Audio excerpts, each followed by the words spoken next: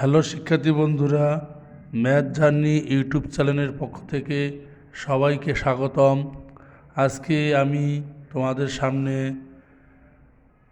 উচ্চ মাধ্যমিক বীজগণিত ও ত্রিকোণমিতি আফসারুজ্জামান স্যারের বইয়ে থেকে কিছু গুরুত্বপূর্ণ অঙ্ক, ত্রিকোণমিতির অঙ্ক নিয়ে হাজির হয়েছি। তোমরা তা দেখতে পারো এবং বোঝার চেষ্টা করতে পারো। তাহলে চলো দেখা যাক আজকে আমাদের গুরুত্বপূর্ণ বিষয়টি কী।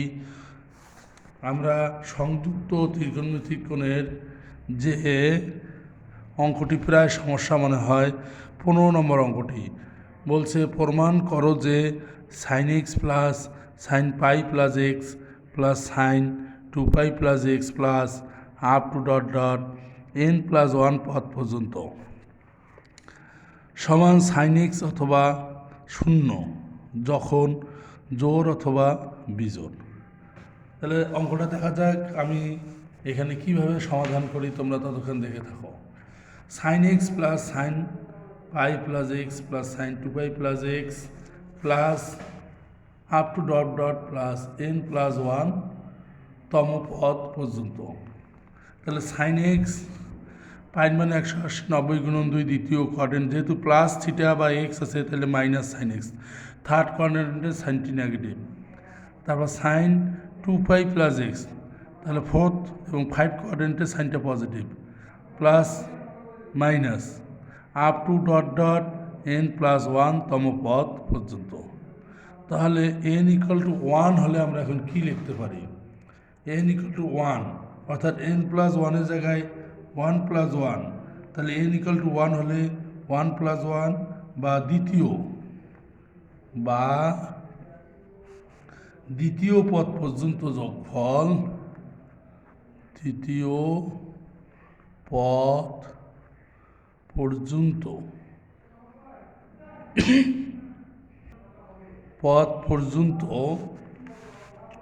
যোগফল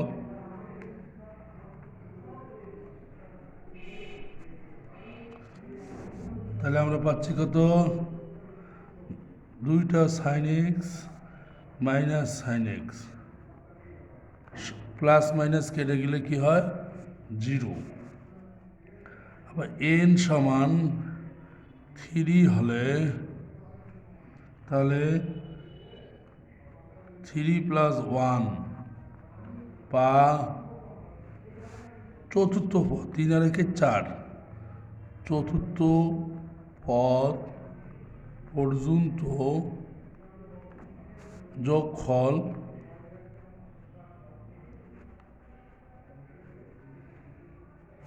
তাহলে আমরা পাবো কত? Sine x minus sine x plus sine x minus sine x. তাহলে প্লাসে মাইনাসে কেটে গেলে আমরা কী পাচ্ছি? 0। অতএব n যে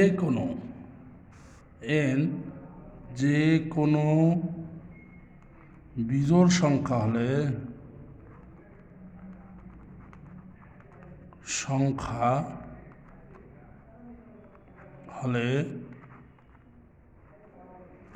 নির্ণয়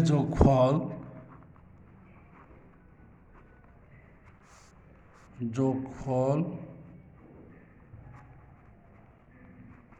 0। ঠিক আছে?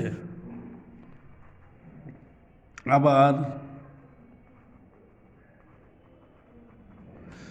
n=2 হলে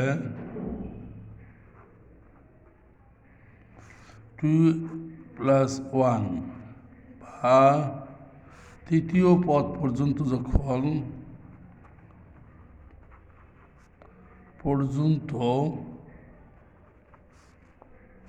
যোগফল আমরা পাচ্ছি sine x minus sine x plus sine x, কেটে গেলেই তাহলে শুধু পাচ্ছি আমরা সাইন এক্স। আবার n=4 হলে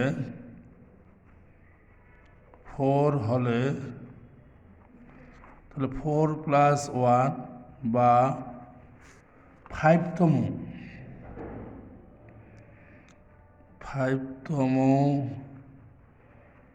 পদ পর্যন্ত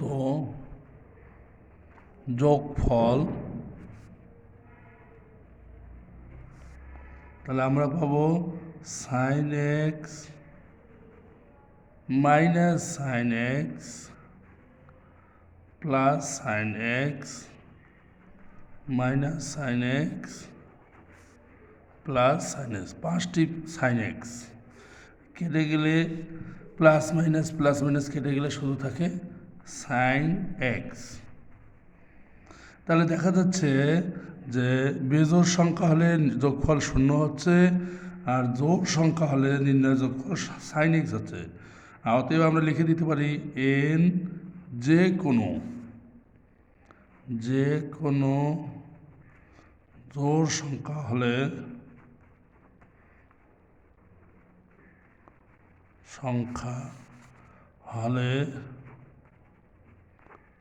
নির্ণয় যোগফল